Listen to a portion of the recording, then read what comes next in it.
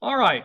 So I would remind you then to take a look at what I said about the Minoans and the Mycenaeans. That is up. The classical Greek period is usually considered to be, when most people think about ancient Greece, this is what they think of. And so I'm going to try to simplify it a bit. We're going to cover today, who knows, a couple hundred years of Greek history, let's say. We can divide that history into parts.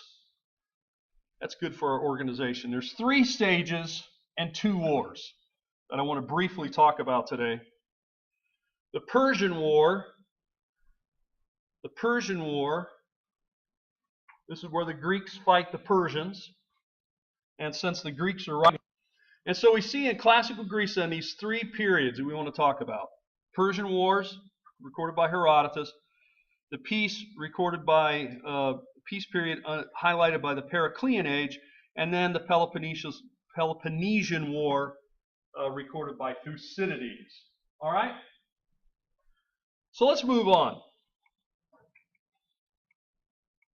Let's talk about the Persian Wars. Remember, Herodotus writes about this from a Greek perspective. That's why it's called the Persian Wars.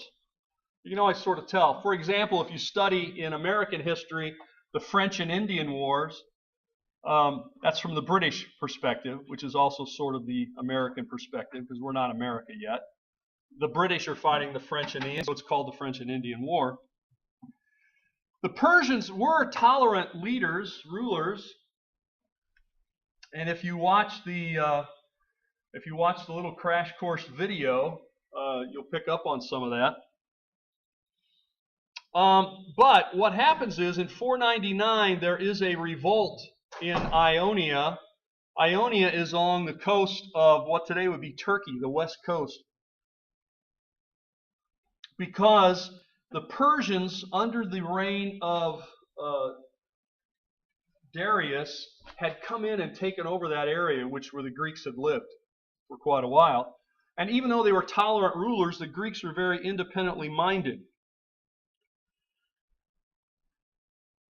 So this makes the Persians very upset. Cyrus captures Ionia in 546.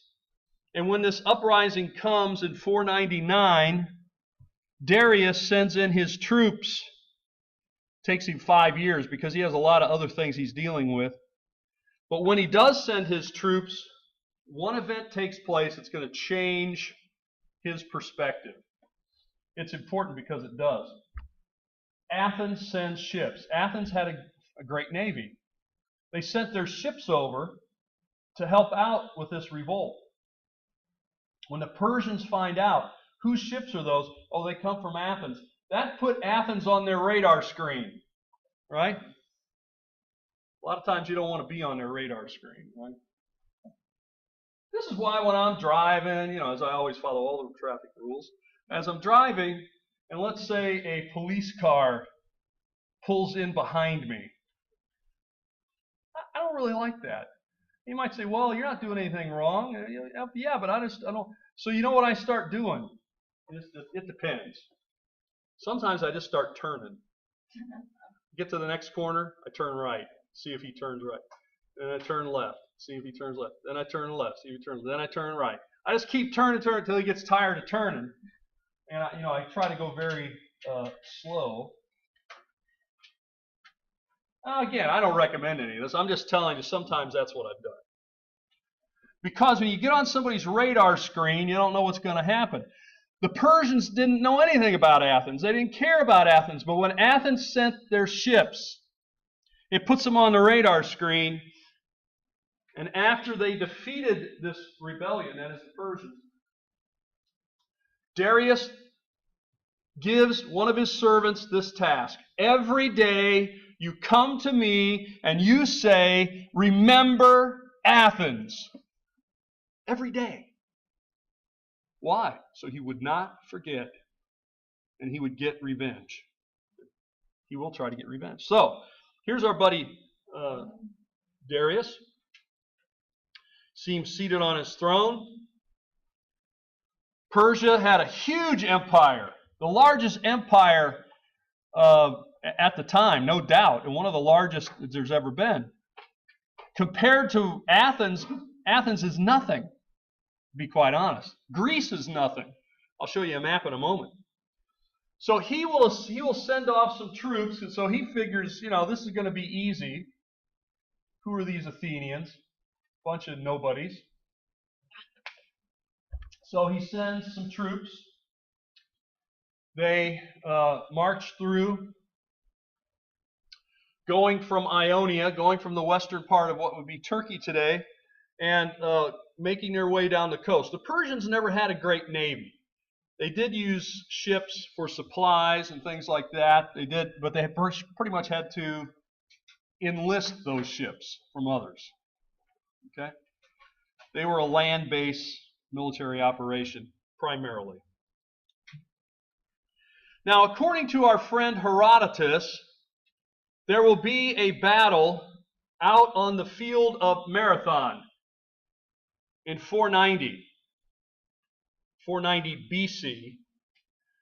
Marathon, the plains of Marathon, the Battle of Marathon, is about 26 miles from Athens. I've been out there before. There's a marker and there's a mound. In the mound are the dead, the Greek dead.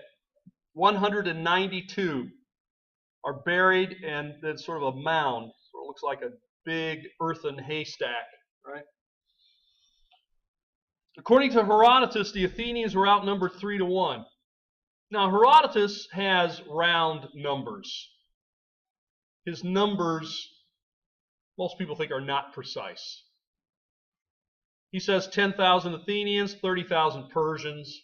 But notice what he does when he gets down to how many died. Very precise. 192. And that's the number that goes down. Remember the 192. Remember what they died for. And you make a mound and make a memorial. Well, they held off the Persians. And when they had this victory, one of their number runs back to Athens to give the good news. The Persians are leaving. We stopped them. We held our ground, and they decided to leave. This is the origins of the marathon race. I'm sure you've heard of the marathon race, right? You probably run them on your lunch hours. You're on campus. All right, maybe not a whole marathon.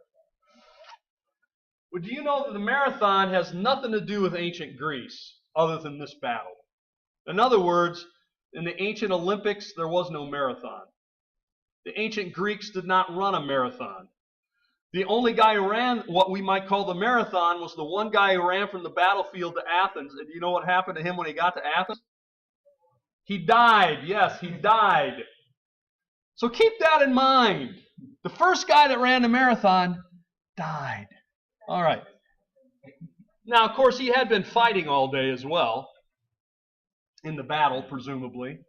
And then he ran the 26 miles. But still, he died. So keep that in mind. When you run the marathon, you say, I want to run a marathon. First guy that did it died. Now, I'm not trying to discourage you. You want to run the marathon? Run a double marathon. It's all right with me. So that's how it gets started. And do you know how long a marathon is? 0.6 point what?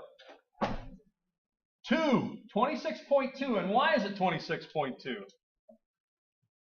It approximates the distance from marathon, but the reason that it's 26.2 miles is because that's the distance between Buckingham Palace and Windsor Palace. Because the very first marathon that was ever run was in England during the Olympics, the modern renewal of the Olympics, and they made up the race, and they said, hey, Windsor Palace and Buckingham Palace are about the same distance as marathon from Athens.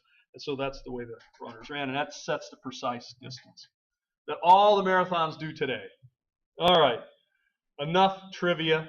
Someday you'll be on Jeopardy, and the category will be something like,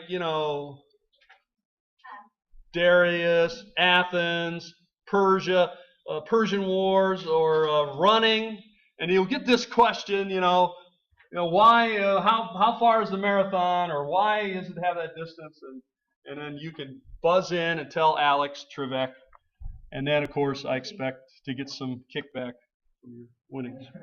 I did have one guy who had been a student who went on Jeopardy, and he got a category on ancient history, and he messed it up. I was kind of angry. I'm thinking, you know that. He didn't get it right. So there you go. This class could win you money. Maybe not, but someday you might be on Jeopardy, and someday you might get the category that I know you should know the answer, and I hope you get the answer right. Well, here is a map that shows us the empire of Darius. You see that sort of dark dotted line there?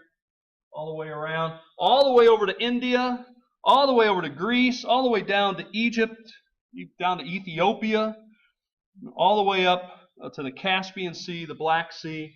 It is a huge, huge empire. And then look at how big Greece is compared to this. Not much, right? Remember, Greece is half the size of the state of New York, roughly. And this is a huge empire. Well, maybe that's why the Persians didn't think the Greeks were a big threat. Well, anyway. Let's talk about Xerxes. And you remember, I tell you that you're going to get names for your future children. If I had to, really push one name over all the other great names, this would be it. Xerxes. Powerful. It's powerful. She likes it. Good. All right. Someday, maybe I'll get, email or some kind of Facebook message that have a little picture there of you holding little baby Xerxes. That would be great. I would probably try to print it out and frame it. Put it in my office. Here's little baby Xerxes. Well, I think it's a great name. It's got 2 X's. It's got 2 E's. And an R and an S. Come on. It's powerful. And he's a powerful guy. And he's mentioned in the Bible. You want a biblical name? There you go. Nobody names their kid Xerxes. Well, he assembles a huge army, a huge force. Why? Because the Persians don't like to lose. That's not a reputation. They don't want that to get out. That these little tiny, Greeks, Athens, resisted us, the mighty empire of Persia. You don't want that news getting out. Actually, everybody will be rebelling, right? So Xerxes makes it his business to go back and to take care of this. Once he comes to power in 486 BC, he will assemble a huge army. Herodotus tells us that this army is 2 million people. Now, I don't know anybody who believes it actually was 2 million people. But huge. Well, how would you count them? If you have a huge crowd out there, how do you count them? People always estimate. They always estimate. You had to think about the inauguration. How many people were there? They take a picture and they look at it and say, well, and they take a picture and say this was more than that one. But how many people? Well, what people who are in the military do is they actually work up little formulas where they kind of look at a section, say, okay, this is this big a thing, it's got this many people in it, and now we take all those sections and we kind of multiply it. You get around, you get sort of a number. This was very important for military. Because if you're going to engage in battle tomorrow, and you have somebody that got to look at them, even though today, of course, we'd use drones and stuff, but you still would have to estimate, because obviously these guys aren't lining up and filling out their roll sheet for you. Well, Herodotus had no way of measuring this. He looked at it, and here's what I think he saw. An army that went on and on and on as far as he could see. So he said 2 million. We kind of use that kind of thing. You'll say, oh, I got 1 million things to do today. Do you really? You have 1 million? Is it 1 million, exactly 1 million? Is it probably less? Is that a little hyperbole? Yes. I think that's what Herodotus did. Now, he gets criticized by a lot of people, but, I give him a break. Yeah. Didn't they register the soldiers? I remember David or like reading the Bible, like Mm-hmm. sometimes you want to count it. Sometimes they're counting, yes. Sometimes they'll do a census of counting. That's usually what you're doing for yourself, not what your enemy gets to see. You know. Now, Herodotus does go through it. He's pretty detailed. If you read him, he tells you where the troops come from, and they're coming from all over the Persian Empire. They say, they got this many people from, basically India, this many people from Iraq, this many people from Syria, and so forth. He goes down through a list. So I don't think he's just making all this stuff up. I think his number is probably high. We've had no modern army of that size that anybody knows of. So anyway, let's just say it's a whole lot. How's that? A whole lot. As far as the eye could see, you see them marching at you. Okay? Now, what they did a couple of things that you might say, you know what, they want to make sure they don't have any trouble getting there. They made preparations ahead of time with probably what we would call like the Army Corps of Engineers. You've heard of the Army Corps of Engineers? People, a division in the Army that just basically goes out and repairs things, that sort of thing. That's what they did. They sent ahead sort of like the Corps of Engineers, because they knew that when Darius went, they had a hard time getting troops from one side. Remember, they're not a seafaring people. So how are we going to get people across the Hellespont? The Hellespont is a fairly narrow channel, but 3 or 4 miles wide, to get the men from basically what we might call Asia to Europe. Okay? What they're actually going to do there is take boats and lash them together and make a floating bridge, a pontoon bridge. It's quite an undertaking. Then they also went up and dug a canal up by Mount Athos, which is in the north part of Greece. If you look on the map, you'll see some things that have sort of like a Mickey Mouse hand sticking down into the water there. They had troubles there during Darius. They lost a lot of ships because it's treacherous water, so they actually went there and dug a canal so they could drag the boats through and avoid the bad water. So in other words, what I'm saying is they're very prepared. This is what Herodotus is telling us. And they're sending a huge, huge military. Xerxes, by the way, who is the husband of a famous woman of the Bible. Who? Esther, yeah. She won the contest, become Mrs. Persia. That was her husband. All right. Thermopylae. I know you've heard of Thermopylae. Everybody's heard of Thermopylae now. They all watched that movie called The 300, right? The 300. Yeah, that was actually supposedly based on history. Students always ask me about movies. Did this happen? Was this person real? They watched The Gladiator. Was there a guy called Maximus? Did this happen? Did that happen? The 300, is that accurate? Did that really happen? I usually tell them, this is my quick analysis of the 300. There were Persians, and there were Greeks, and they fought each other, and a lot of people died. That part was correct. The rest of it, a lot of Hollywood in there. A lot of animation. I mean, I don't know what they call it. I'm sure they got a special term for it, but they kind of blended CGI stuff, animation with the regular guys. I don't know. And like they put in there rhinoceroses fighting the Greeks. I don't know where that came from. And then they had like Xerxes coming out on like a chrome flying saucer. I don't think he had one of those. Okay? So anyway, you can go back and watch the movie on your own. Yeah? You got a question?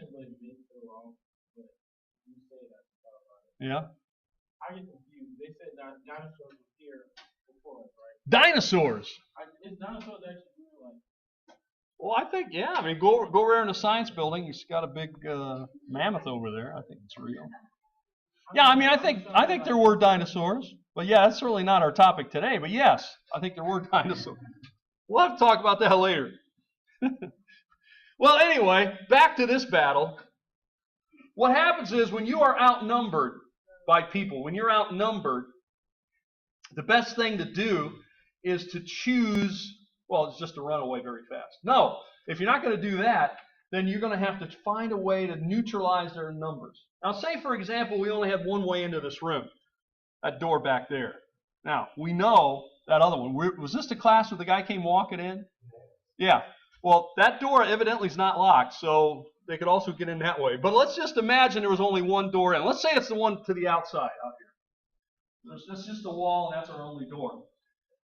If there were 500 people out there who wanted to get in here and get us, right? And we got, what, about 30 people? We're highly outnumbered. What are we going to do? The main thing to do is not let them get through that door. You see, only 2 or 3 guys can come through that door at once. If we can stop them at that door, it doesn't matter how many people are outside. They can't do much about it. See what I'm saying? So that is what you try to do, is constrict the geography. It minimizes their advantage in numbers. Does that make sense? So that's what they're doing here. There's a narrow pass. It's between the mountains and the sea. So the Persians, even though they have hundreds of thousands, I don't know how many troops, and we got a lot fewer, they're going to have to get down to a narrower spot to come through that, and that's when we will try to stop them. And that's certainly what the Greeks do. The Spartans were not the only ones there. There were other Greeks there too. They didn't really talk about that in the movie. But the Spartans come, only 300 of them come. The other ones don't come because they say there's a festival and they're not going to come. It's a religious thing. But 300 of them show up. And there are other Greeks there too. They begin to engage the Persians in battle there, and this really surprises Xerxes because, he thought he'd just mop up these guys, but, they found out these guys are pretty tough. So then he sends in his immortals. They are called the immortals, and they were not rhinoceroses or some kind of monster things like were in that movie. They're just regular guys, but they are highly specialized trained. It's like their best troops. They were called immortal because when one would fall, another one would take his place. So it appears as though, they never lose their numbers. Anyway, but they were elite troops of the Persians. Eventually, after they held them off for a while, the Spartans told the other Greeks, go and warn Athens, tell them we delayed them.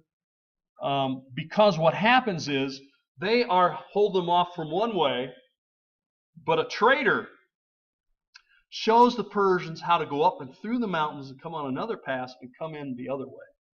So if you imagine in this room we're defending this outside door, and they don't know about the inside door. Somebody shows them how to get to the inside door. Now they're coming at us from both sides. So the Spartans say, okay, you guys go back and warn them. We're going to hold them, and the Spartans go to the last man. Okay? All right. Now, the Persians move south. With them, their goods. They go along the coastline with their goods on ship. And eventually they'll come around to the Bay of Salamis, which is getting close to Athens. But the Greeks will defeat them in a naval battle, Bay of Salamis, again by using this constricture thing. The island of Salamis, you have to get close to the shore, and the Greeks know the waters and the Persians don't. They have ships that'll do it. They actually, how they would defeat, how they would attack with these ships? They don't have torpedoes, they don't have missiles. How do they attack? They attack by ramming their ship into your ship. That's the whole point. In other words, I'll show you a picture in a minute. They had long, narrow ships, and they'd ram them in there. Okay, so Xerxes will leave, and the Greeks defeat the Persians finally in 479 in a final battle, and this is when all the Persians leave. Yes? Thermopylae. Yeah? It means the hot gates. Okay. And then you went to the king. Who's that? Thermopylae? Yeah. No, Thermopylae is just a place. Oh. Thermopylae is a place. The king, the guy who was the leader of the Spartans is Leonidas on the picture here, Leonidas. The leader on the other side, I guess you'd say, would be Xerxes. Yeah, Thermopylae is just a place name, and that's this narrow place along the coastline. All right. Here's a map. Maybe this will show you. Notice up towards the top of the map, the little red triangle, the Battle of Thermopylae, 480. That's where they engaged them. If you look down here lower in the map, you'll see the Battle of Marathon, 490. That was the first encounter. The Battle of Salamis is down just below Athens, a triangle. That's a sea battle. Once the Persian navy is pretty much defeated, Xerxes leaves. He goes back to Persia and he leaves his generals to try to finish.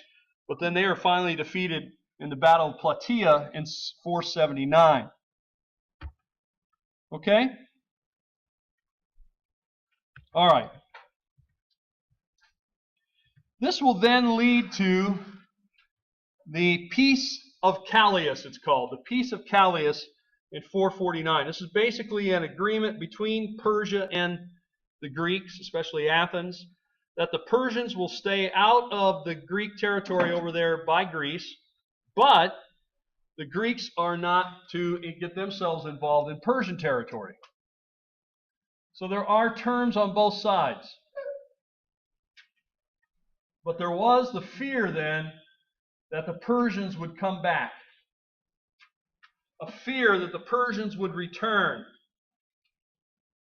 And that's what's going to lead then to a military organization being established to try for the Greeks to sort of align themselves together in case the Persians come back. Some people have related this to the Cold War period in a later history, right?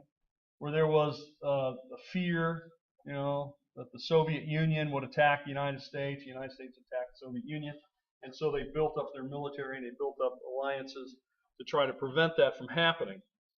So the Peace of Callias, and by the way, the Persians never attack again. Of course, the Greeks don't know that. Certainly if they were sure. Now, and maybe the reason they didn't attack is because the Greeks got more organized. But at any rate, it's hard to play what if in history. We got enough to just know what happened rather than try to figure out what might have happened. I'll leave that to the novelists, right? Anyway. All right, Peace of Callias. Let's move on. This will then lead to a military alliance, a league called the Delian League. The Delian League is formed to guard against the Persian attack, or what they thought might be a later Persian attack. This forms in 478. It's called the Delian League because it is centered around the island of Delos. Delos is one of these islands out in the Aegean. There's a circle of islands, and Delos is sort of in that ring, and it's thought to be kind of a holy place, a sacred island, where very few people lived, but it was mostly dominated by temples, religious structures. I went there a couple of years ago for the first time. You can see all the ruins of the temples and so forth that are there. Now, some people did live there, but the center of it was there. Now, that wasn't a power slide. The reason that was chosen, it was really chosen by Athens to make sure people didn't feel like, oh, they're setting this up just for Athens. No, this is a Delian League. Now, in actuality, Athens is going to turn this into their own empire. Because first joining it was voluntary, but once you joined, you couldn't really leave. For example, one of the islands tried to back out of this. They had to pay annual tribute, had to pay sort of like a tax, they had to pay money once a year to help fund this league.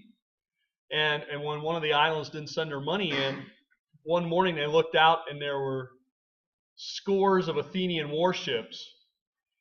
And they came on shore and they said, hey, we realize you forgot to pay your annual fee, so we're just here to collect that, just to help you out, right?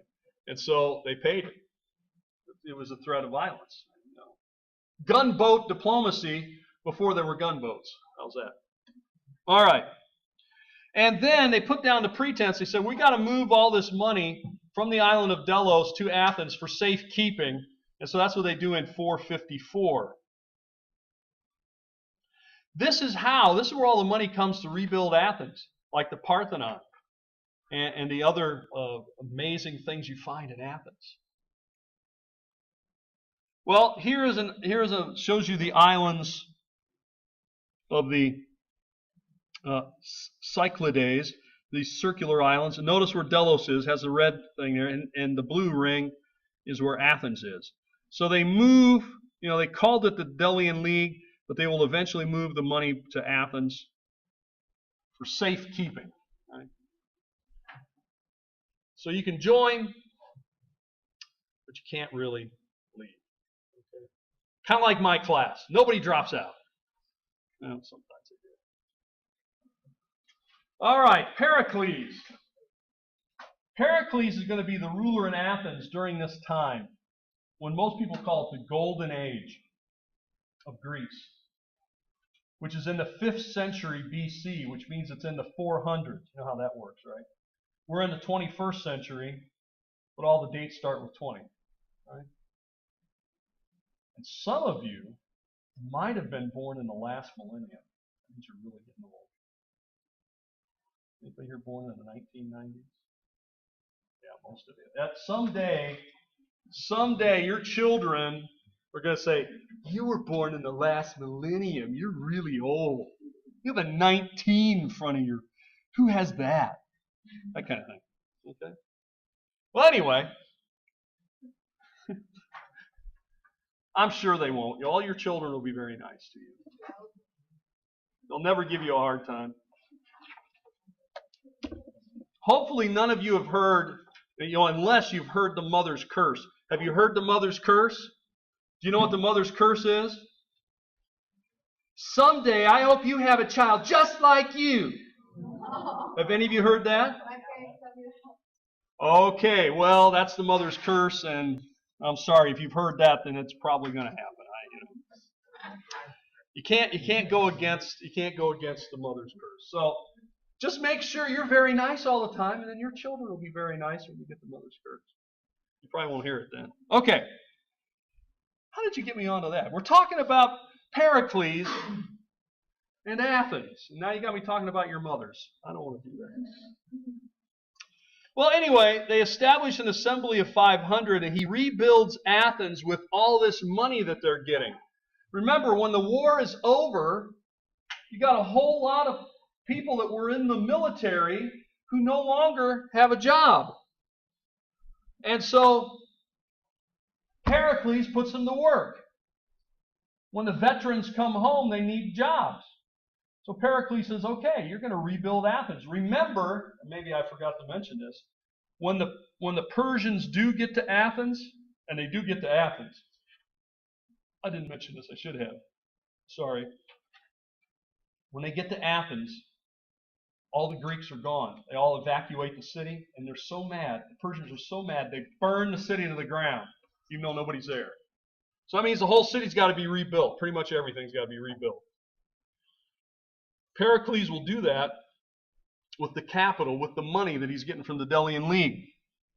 He also will take the money to build a wall, not just a wall, but a double wall around Athens all the way down to the harbor to protect Athens from land forces like the Persians, and also to make sure they can get down to the harbor where they have all their ships and then get goods and supplies in. So that's about, 15, 20 miles from the center of Athens to the harbor of Piraeus. Anyway, this will become the height then of culture. You see this is Pericles, picture of it. You can see it because you can just read his Greek name right there. It's in Greek. Pericles, right, top line. Someday maybe you'll take the Greek class, you'll be able to read it. Yeah, why not? I don't know, probably got other stuff to do. But I recommend it.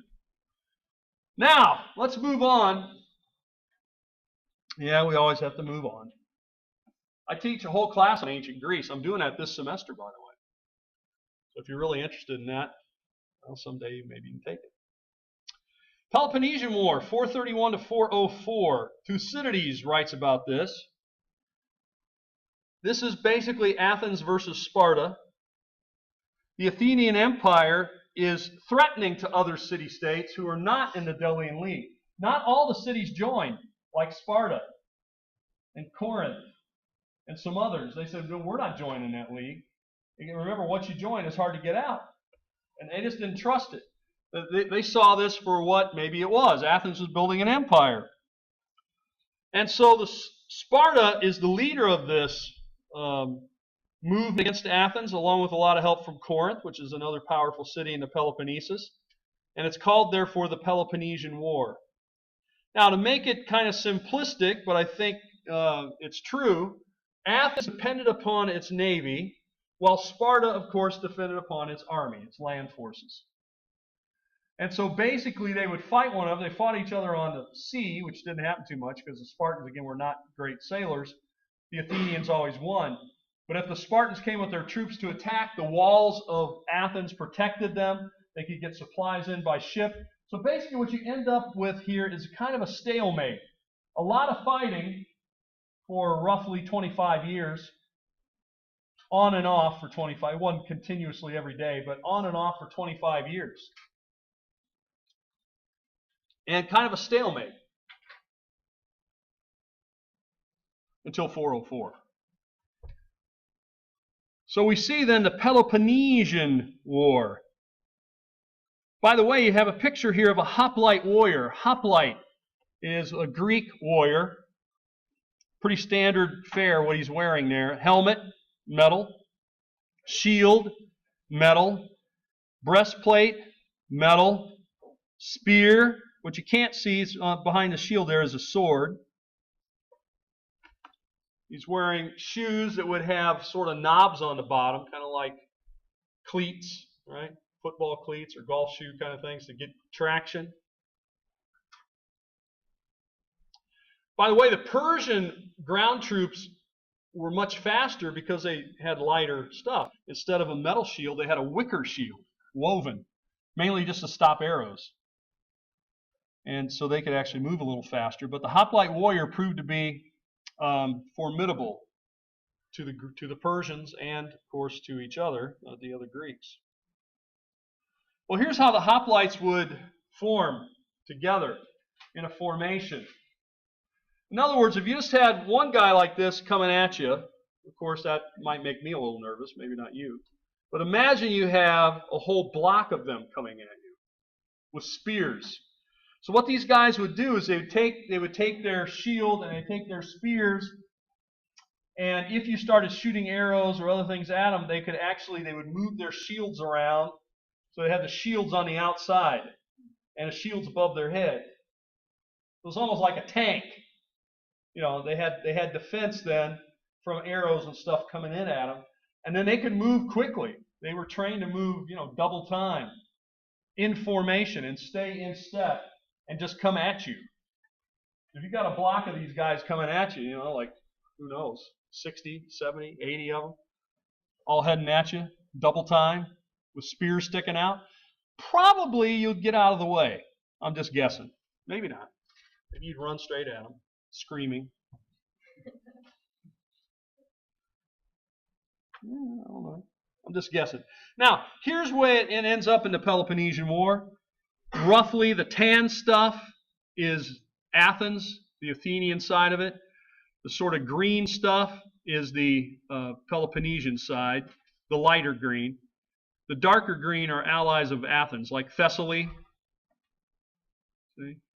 The lighter green is a Sparta confederacy, including Macedonia. And then look at though, the Athens have all the coastline, pretty much. So this is a great civil war for about 25 years between these two powers. So let's take a look at the war. The first phase of the war lasts about 10 years, 431 to 421. Sparta would attack, again, I'm simplifying, but Sparta would attack with land forces.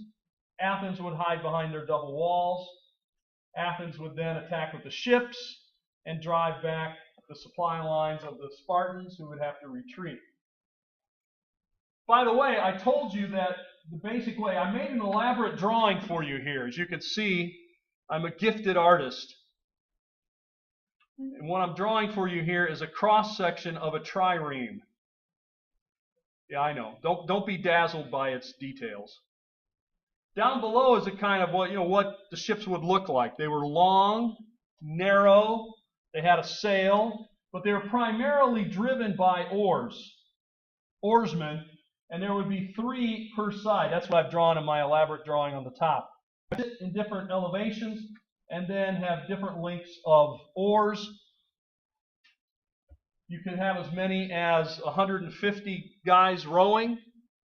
So imagine you don't just go pick 150 guys off the street and say, hey, get in the boat, start rowing. You're going to have to train so that you don't get all these oars caught up in each other, because that's what you really need. Basically what you're going to do is you're going to turn, you're going to get up to ramming speed as fast as you can. You try to ram the other ship broadside, and then you got to go backwards and get out of it so you don't sink with it.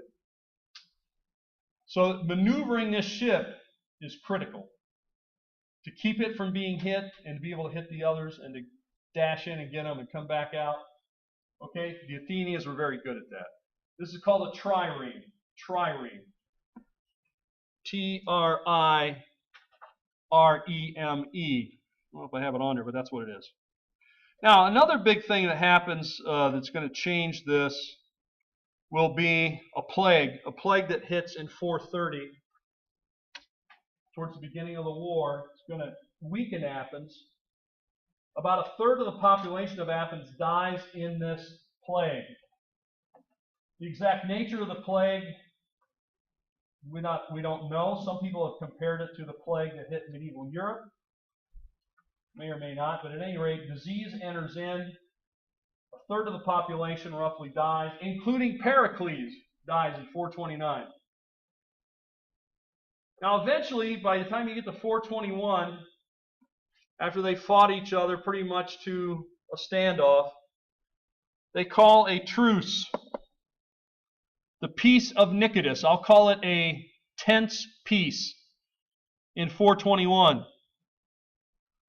Where basically each side says, okay, we won't attack each other. We'll both keep our own territories. And that's what happens in the first phase of the Peloponnesian War. All right? Everybody got that? Still writing. I see people still writing. Of course, remember, you can always go back and review the video, pause it, rewind it, fast forward it, and put yourself to sleep listening to my melodious and soothing voice. Now here is a trireme that was constructed. They got it ready for the Olympics. In 2000, they had the Modern Olympics in Athens. And so leading up to that in the, they started in 1990 figuring this out, and they decided to do it. And it took them a while because there are no blueprints. They had to use images that were on, pottery and drawings. They had to go and look at descriptions that were in the ancient sources of how the ship looked and how it operated. And they actually built this replica, probably the best, is it perfect? Probably not, but it's probably the best thing, best replica we're going to get. They put a lot of money and time into this. And here you can see all the oars. It's still on display, although it's getting kind of worn now, some 20 plus years later. You can go down the harbor at Piraeus and they have it out there on display, and you can actually go and take a little tour of it. It's a reconstructed trireme. Okay. By the way, I'm wearing my Olympic shirt today from Athens. I wasn't at the Olympics in Athens. I've never been to the Olympics, but I have the shirt. It has an interesting story. I don't have time to tell you the story, but the quick version is I was in Athens for a summer, like a month, studying temples and things. And on my way over, long story short, my luggage is lost. And we're moving around. So we're in one place, and we're there like 3 nights. We go to another place and another place. And I don't have my luggage for about a week. I had to put in the orders and try to get them to order it. Where is it? And then once it did finally make its way to Athens, then they had to find us. And so meanwhile, I'm wearing the same clothes I wore over on the plane for about a week. I had no extra clothes. So I'll just let you imagine that.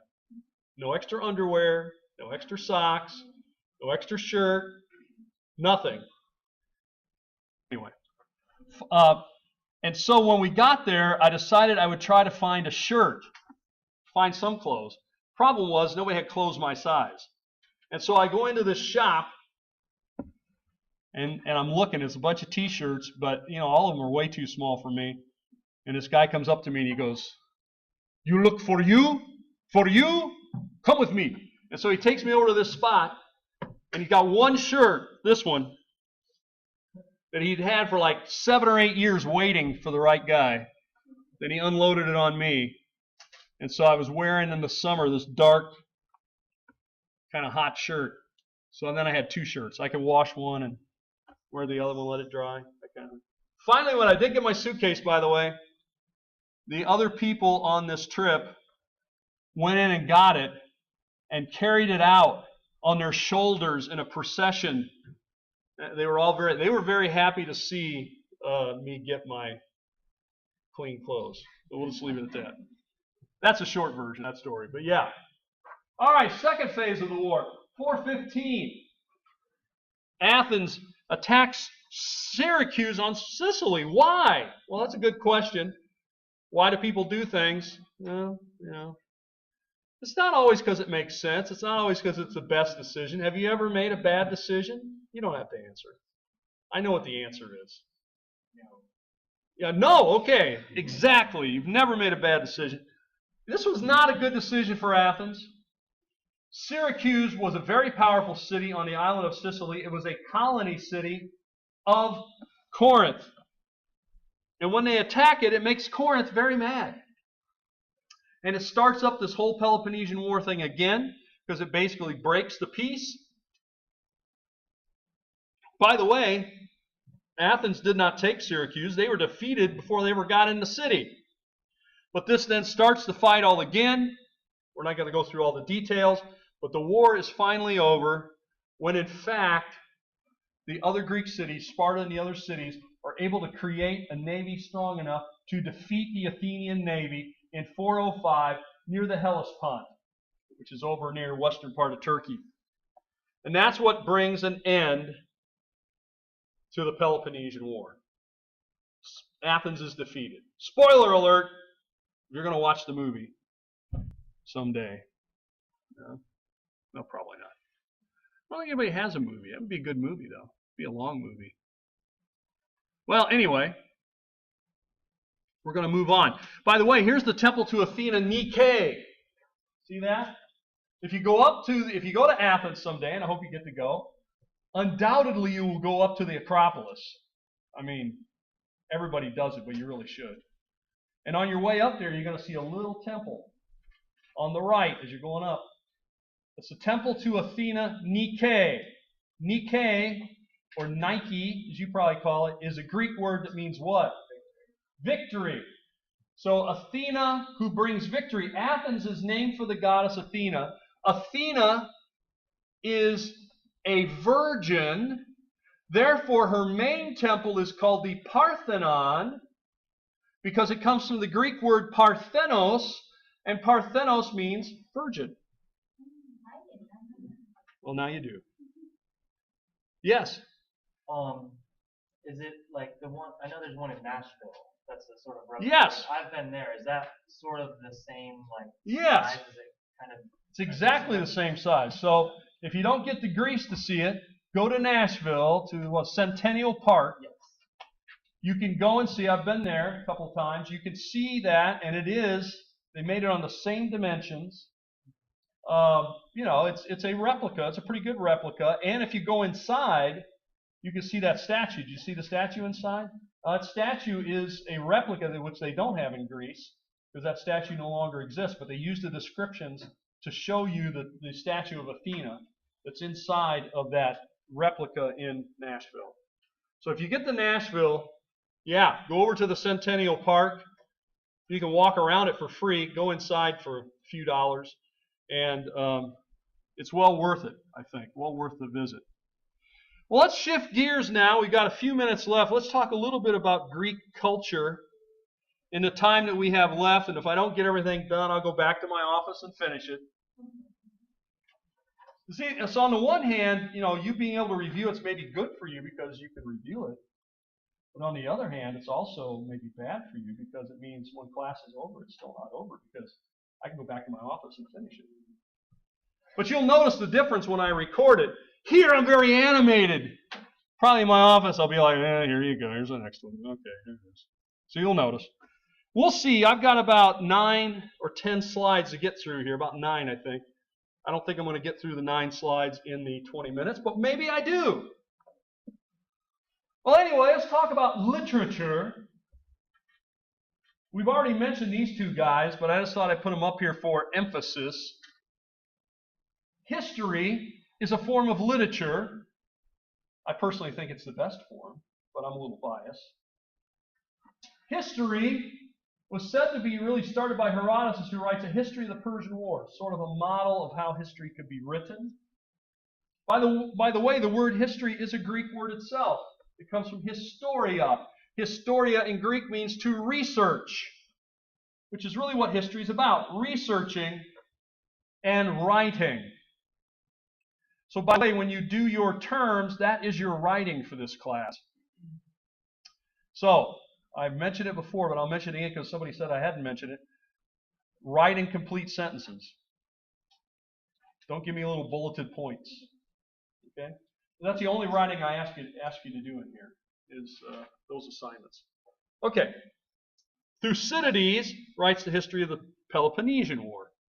So we got a picture of both of these. Both of these guys, drawing of both of them. All right, so that is one form of literature. There's a lot other kind of literature and drama and other things we want to mention. They have poetry, they have all kinds of things that the ancient Greeks wrote, and it becomes a model for the Romans and the model for us, to be quite honest. Western civilization. Hey, maybe you should take a class on that someday. Western civil. Oh, you are in that class. Oh, never mind. All right, let's move on. That was a little humor, very little. Let's talk about drama. Drama. You know, one thing you need to know about the ancient Greeks, they were very competitive people. They had contests. Certainly you know about the Greek athletics. You know about the Olympic Games and the other Pan-Hellenic Games. They had 4 Pan-Hellenic Games. There was one Pan-Hellenic game every year. Somebody sent me an email, want to know what was Pan-Hellenic. That's what it is. It's in your textbook, but I just told you. Pan-Hellenic Games are the games that mean Pan, all, Hellas, Greece. All of Greece was invited. They would send athletes from each city, and they would compete. They had one every year, but the granddaddy of all of them is the Olympics, right? The main one, main event, which happened every 4 years. Well, anyway, drama goes out of these contests, and when they would have these athletic contests, they also had cultural contests for music, for drama, things like that. So they would have a contest every year in Athens where all of the playwrights would come and they would bring their latest plays. And they would be rehearsed and they would be performed and then they would win prizes. So they had the best, it was kind of like, well, we got Oscars coming up, kind of like the Oscars. Here's the best play of the year. They had 2 main types of plays, a tragedy and the comedy. And all of this was associated with Dionysus. There's his picture up there. Here's his theater down there. If you go up and see the Parthenon, you look down, you see his theater. You can go down and walk around it and see it more closely as well. There was a temple near this theater, not very far away, just a few hundred yards away, the temple of Dionysus. And so all this was surrounding his worship. Dionysus was said to inspire people. You ever heard somebody was inspired to write something? That means it's coming from, it's actually a Greek idea, that it's being breathed into you by the gods. Where'd you get the idea for that song? Where'd you get the idea for that? In fact, you've ever heard the term muse? Somebody has a muse? Muse is a Greek idea. There were 7 muses that were associated with Dionysus. 7 of them. 1 for dance. 1 for music. The word music comes from the word muse. The word museum comes from the word muse. Okay? These were personifications of the arts, all associated with Dionysus. Dionysus was also associated with wine. And the word they used to use was revelry. We don't use the word revelry much anymore. We use the word partying. I'm so old, I remember when party was a noun. Now it's a verb. Party on, man! You know, that kind of thing. People used to go to a party. Now they party. Okay, anyway. Well, Dionysus was the guy who was sort of involved with that kind of stuff as well. All right. How about Aeschylus? Let's talk about a few of these playwrights in the time we have. We've got 15 minutes. We're going to do pretty well. Well, Aeschylus wrote several plays, but only 7 of them that are preserved. So let me mention a couple of them. I'll go ahead and put it all up here. If you think that George Lucas invented the trilogy, or I don't know who you think invented the trilogy, it's been around a long time. Aeschylus had a trilogy. A lot of the Greeks had trilogies. That is, they would tell the same story in continuation. Okay? You know what I'm talking about. So the first story in the Orestia, which is a trilogy, talks about a guy by the name of Agamemnon. Do you remember Agamemnon? You ever heard of Agamemnon? You know who he is? When you listen to the video from Tuesday, you'll know more about Agamemnon. I didn't talk about him in here, but Agamemnon is the king of Mycenae. He is the guy who heads out the Greeks in the fight for the Trojan War, right? You remember Helen, the face that launches 1,000 ships? The whole Trojan War is about a woman. I won't make any comments, but that's what it was about. Now, was she abducted, or did Helen go on her own? Well, that's for you to think. The Greeks said she was abducted by those terrible Trojans. Well, anyway, Agamemnon goes off to battle. He fights in the Trojan War. By the way, spoiler alert, the Greeks win. I like it when people tell you the spoiler alert after they've already given you the spoiler. They'll say, that guy was dead the whole movie. Spoiler alert. It's like, well, you already told me. You should tell me the spoiler alert ahead of time. Say, this is a spoiler alert. Don't listen unless you want to hear the guy was dead the whole movie. Oh, sorry.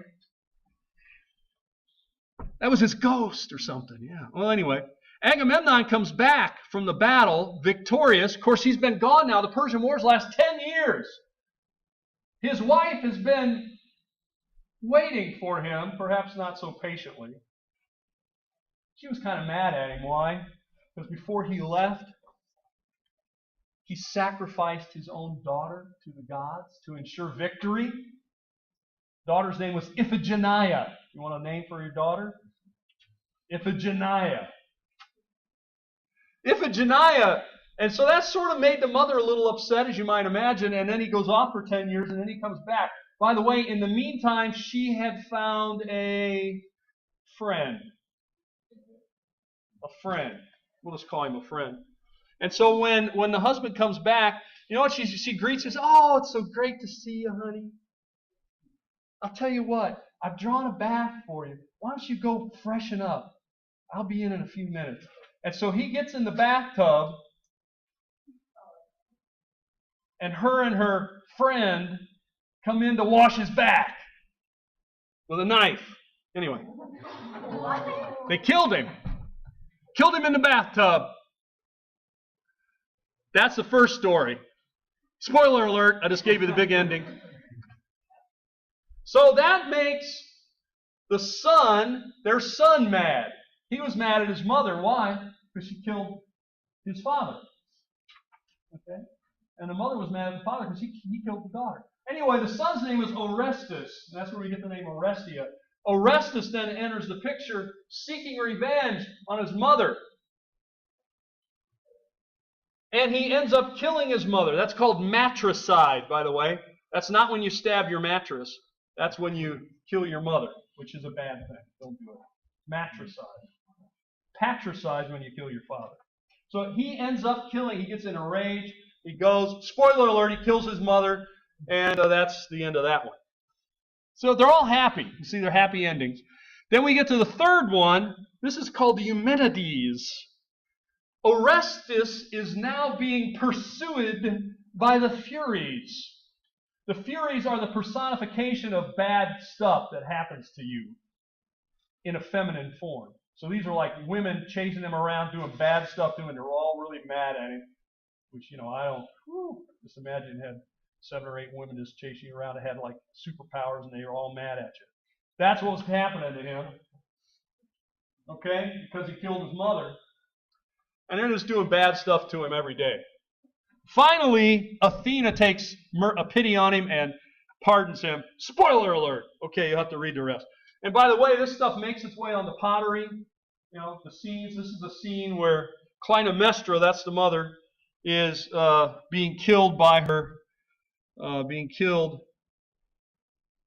Oh, that's actually the other way. That's the first show. Yeah, that's a wrong label on there.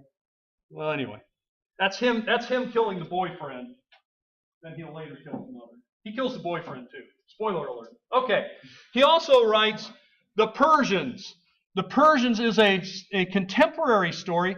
In other words, it's about not the Trojan War, not the Iliad. It's about a more current thing from his time, the Persian War. And basically, he writes it from the perspective of the Persians.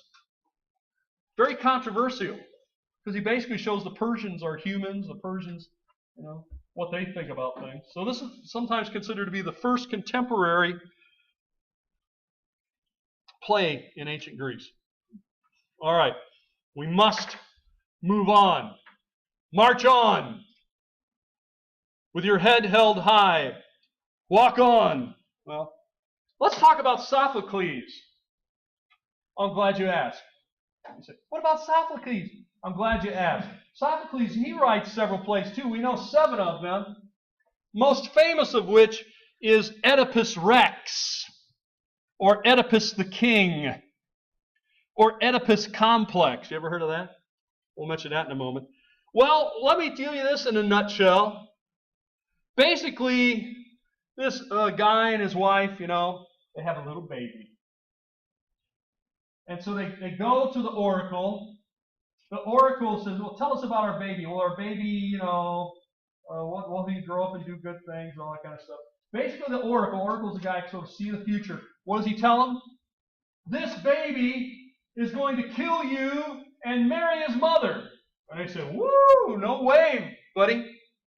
That's not going to happen. So what did they do? They took the child out, Oedipus, to expose him. This was the Greek form of, well, I can't call it birth control, but population control. They would actually, a child's very dependent. They would just take the child out in the middle of nowhere and just set it down and walk away.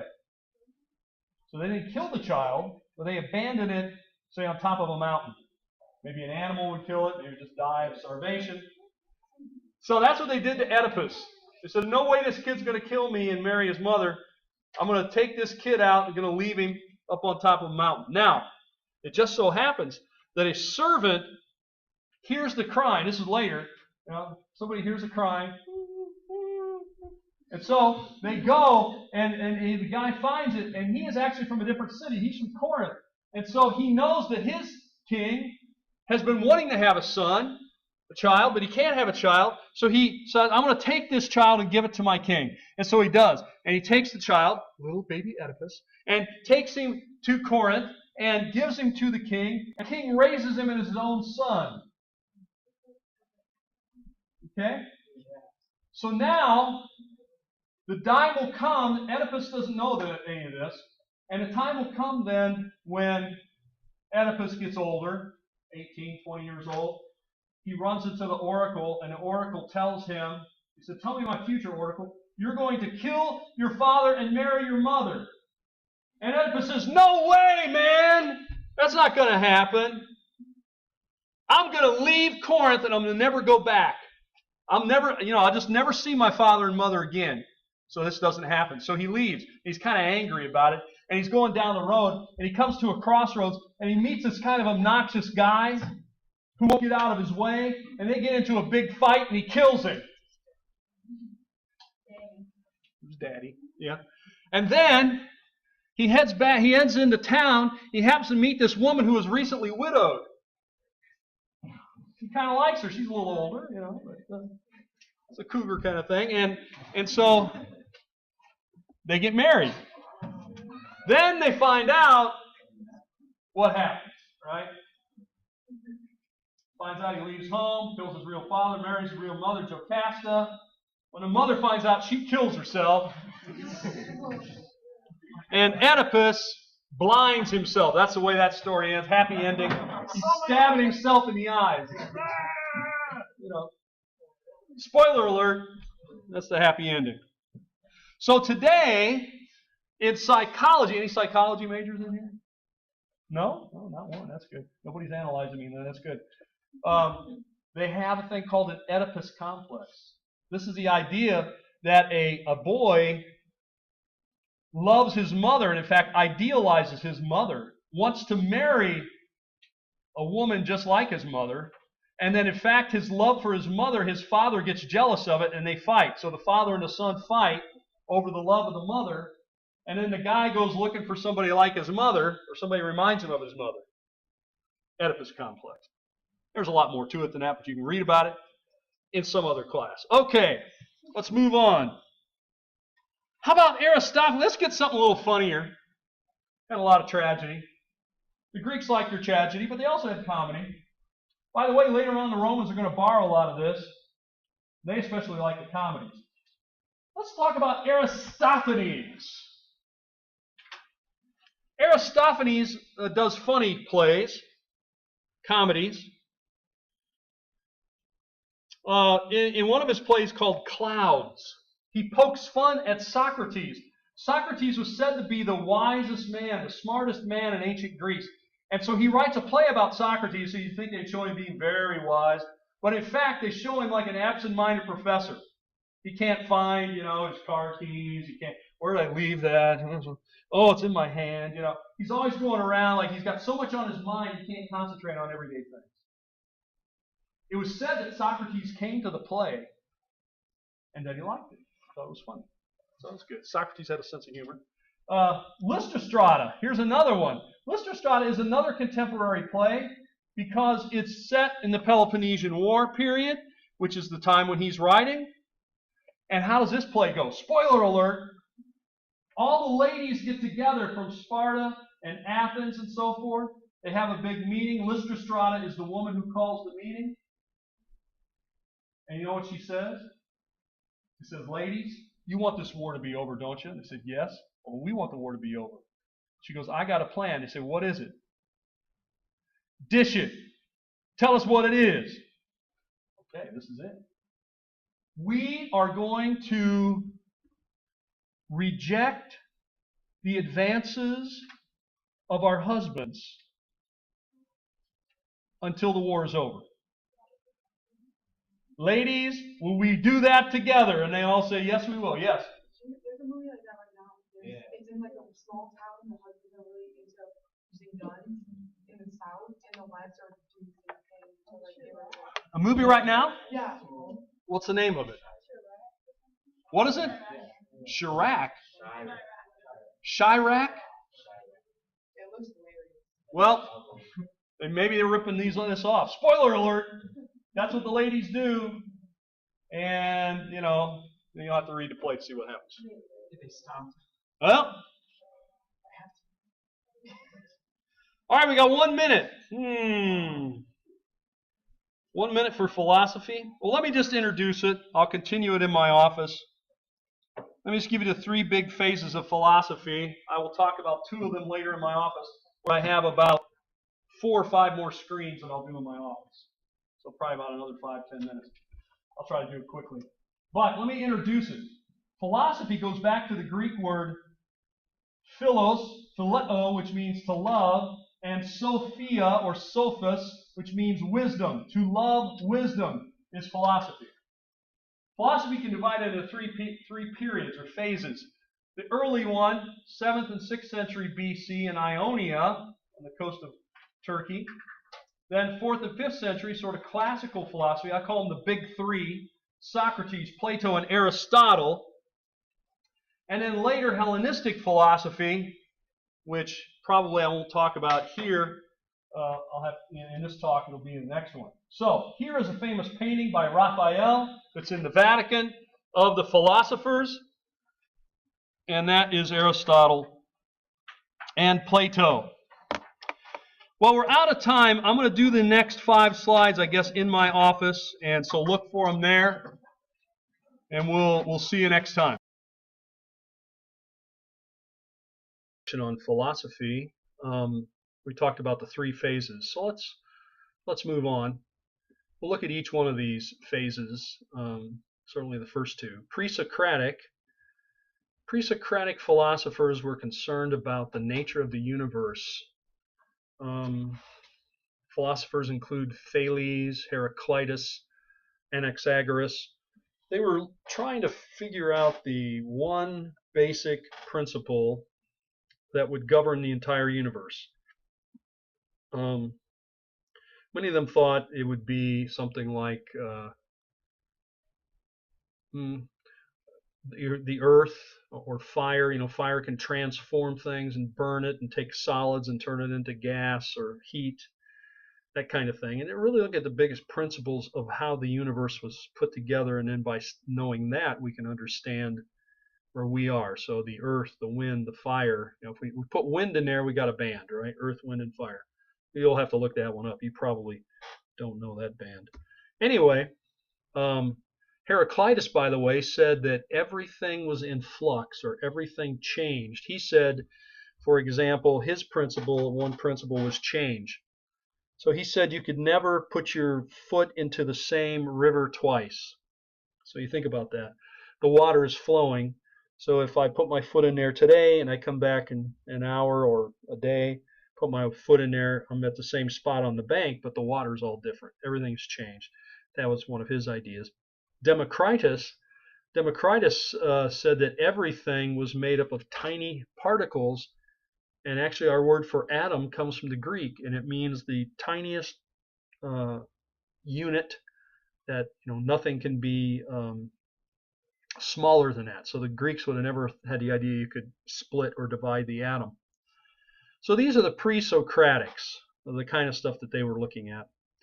Then let's take a look at classical. I guess you might call them the Socratics, but basically the time of Socrates. That's where we get pre-Socratic and Socratic. Socrates and his students really make up the classical period. So here's a bust of Socrates. Socrates lives from 469 to 399. He would go around and question people. He would always constantly ask questions. So he wouldn't really like my classes because I tend to lecture probably too much. I don't ask enough questions, certainly for Socrates. He wouldn't lecture at all. He would just go and ask people a question. Ask them this question. When they answered, they ask him another one, another one, another one. And basically he was trying to do that to get them to the point where they would say that they didn't know the answer. And then Socrates would say, now that you've admitted that you don't know, now you can find out. Now you can learn. So a lot of times when I have people in my class, so sometimes I've had people say, well, it's sort of like that. I know everything. I don't need this class. I know this. I know all this stuff. You see, if you think you know everything, then there's really nothing you can learn, is there? If you already know everything, there's no use taking any classes because there's nothing for you to learn. Socrates tried to break people down so that they would admit there was things they didn't know, and that's why he questioned them. Now, of course, that made some people angry. They didn't like being torn down, and especially in front of people. And so he made a lot of enemies, and he was also very not concerned with major principles of the universe, but how people lived. That's called ethics, how people lived. Now, he was eventually accused of atheism because he would never go to the temples. In fact, he said a lot of negative things about the temples and the gods and so forth. And so he was charged with corrupting the youth, that is, his students. And he was put on trial, and he was sentenced to drink hemlock, which was a poison, put him to death, or he could be exiled. He did not want to leave Athens. It was his home. And so he drank the hemlock. And probably much like me, he kept talking until he was dead. I mean, while he was on his deathbed, he just kept talking and talking and talking. But he did not leave any writings. So, if you run into somebody in the parking lot of Publix who says, hey, come over here, you want to buy the complete works of Socrates, the guy's is trying to sell you a line, because Socrates didn't write anything. We know Socrates then how? From the writings of his students. Plato, Xenophon, they write about him. And Plato, of course, the most famous. Plato's apology, then, is his defense of Socrates. We use the word apology in English when we're sorry. We'll say to somebody, well, you need to apologize to that person. That means you need to go and tell them that you're sorry. But that's not what the Greek word means. I don't know how we got to that. The Greek word means a defense. So Plato's apology was his defense of Socrates, why Socrates was right. Anyway, he writes that down, so we learn a lot about his trial and so forth. Plato is the most famous of Socrates' students, and some people say, are the views of Plato his own, or are they views of Socrates? And some people even tried to suggest that Socrates never existed and that Plato invented him. I don't really buy that myself, but some people said that. So in other words, we can't really divide the teachings of Socrates from the teachings of Plato, because we know the teachings of Socrates through Plato. Anyway, Plato will begin an academy in Athens in 387 BC, and what he is seeking is virtue, or true knowledge, virtuous, so that you should be a virtuous person. The Republic then, in the Republic, Plato will write about an ideal government, an ideal state where everyone would live. And imagine who Plato thinks ought to be running that government. Him, basically, a philosopher. A philosopher king, a sort of benevolent ruler, dictator, who would be wise and would do things for people's own good, things like that. So this is the Republic. This is one of the things Plato writes that a lot of people who study government and so forth will read. Inside that book, or as part of that book, there is a discussion that's usually called the cave illustration. The cave illustration is basically a story or an illustration which Plato uses to try to describe reality. And in it, he talks about a cave, obviously, and in the cave are people who are bound. Imagine them sitting on the ground with a wooden pole behind them, and they're tied up to the pole. They can't get up, they can't move, can't really go look around. They just have to sit there and look straight ahead. And in front of them on the wall of the cave, there's a bright light behind them, like a fire, that's casting shadows on the wall. And they see the shadows on the wall, and as things are processed in front of the light source, they see something, and they'll say, this is a dog, this is a pen, this is a chair. And so what they're seeing on the wall then is the shadow of the real thing. Plato's going to use this to describe the way he sees reality, that this world is a world of shadows. This world is a world of representations, but not the real thing. And so in this story anyway, one of the prisoners there in the cave, a philosopher, of course, will get his bindings loose, and he will see the operation. He'll see how it's set up, and then he actually makes his way out of the cave, and he goes up into the real world, the daylight. And then he sees what a real tree looks like, what a real flower, what a real dog, and so forth. And then he tries to come, being the nice guy that he is, he tries to come back into the cave and to convince the people to follow him that this is not real, that this is illusion and shadows, and the people do not accept it. And spoiler alert, they kill the philosopher. Now, of course, the philosopher in this case is Socrates. Socrates put to death because he told people the truth. Okay, so that is the cave illustration. Teaches us about Socrates' view of reality. It also, I suppose, gives us a little parable about Socrates himself. So Plato here tells us about reality and the way he sees the world. Now Aristotle, the third of the big three philosophers, Aristotle is a student of Plato. but not the disciple. I say that because he did study with Plato, but he does not agree with Plato on much of anything. Whereas Plato used deductive reasoning, Aristotle's going to use inductive reasoning. Deductive reasoning that Plato uses, you would start with a premise, and then you would end up with a conclusion. So that'll give you some absolute reasoning. Aristotle's going to use inductive reasoning. He observes facts. He studies the physical world. He even dissected animals. He wanted to dissect people. That was really forbidden, against the law. But through his examination, then he would draw conclusions from observation. So it's very much sort of the beginnings of scientific method, I guess, scientific thought. More we could say there, but let's also remember that he taught the golden mean, which is nothing in excess. Okay, so if one chocolate shake is good, then evidently 10 would be 10 times as good, right? Aristotle would teach, well, you shouldn't go in excess in anything, chocolate shakes included, unfortunately. You should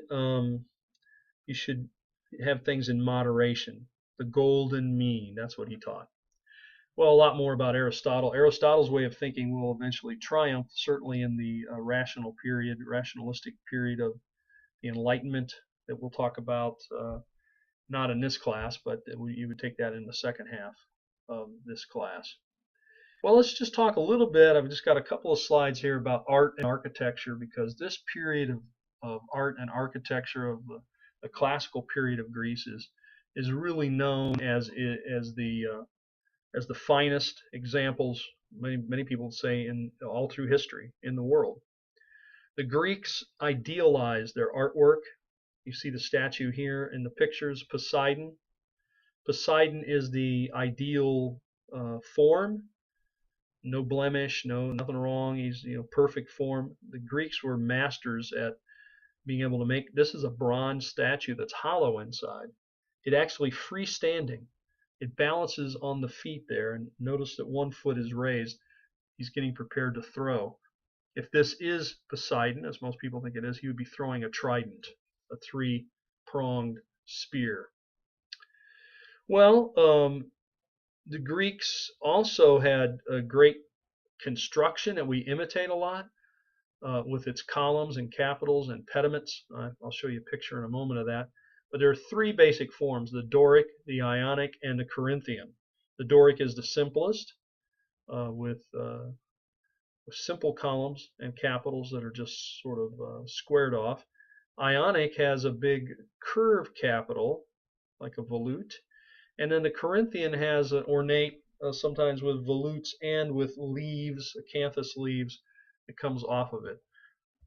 The Acropolis itself is considered to be, by many, the greatest example of architecture, certainly of Greek architecture.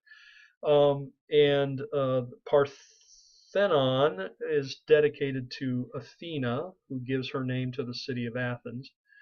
Parthenon then comes from the word Parthenos in Greek, which means virgin. And so, for example, if you read in the New Testament, it says Mary was a virgin, it uses the word Parthenos. The Old Testament word is not as specific, and it means young girl, young woman. It's implied, but the Greek word is rather specific. It means a virgin. Well, anyway, this is the greatest example of Greek architecture. Now, here are the three styles, just so you can see them.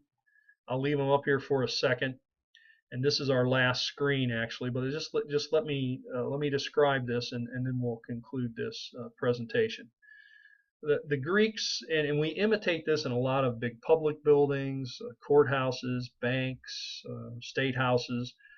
We have a lot of this kind of Greek style of architecture with a lot of columns and so forth. Look on to the left here. This is the Doric. The Doric.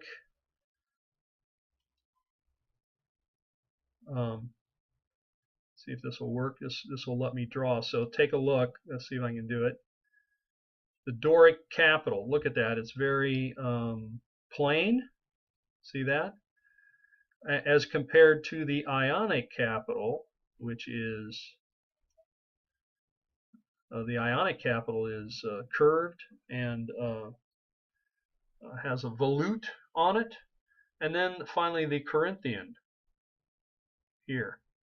Corinthian sometimes has some whorls on it like the Ionic, but it has a whole series of leaves of a plant that grows in Greece and elsewhere in the Mediterranean. It's called the acanthus plant, acanthus leaves. So it's very ornate. The other thing to notice is that the Doric has no column base. Notice here on the Ionic a column base, here on the Corinthian a column base, but down here no column base at all. Okay. Also, you're going to find a lot of differences at the top. There will be a triangular shape up here. You know, that's called the pediment. Will be inside of that. But here, notice there would be a frieze. The frieze here would be very ornate and could have a lot of sculpture in it. Here in the Doric, it's usually rather plain. All right, so these are the three styles. You ought to take a look at those. There are examples in the textbook as well, and you can find all three examples up on the Acropolis in Greece. All right, have a great day.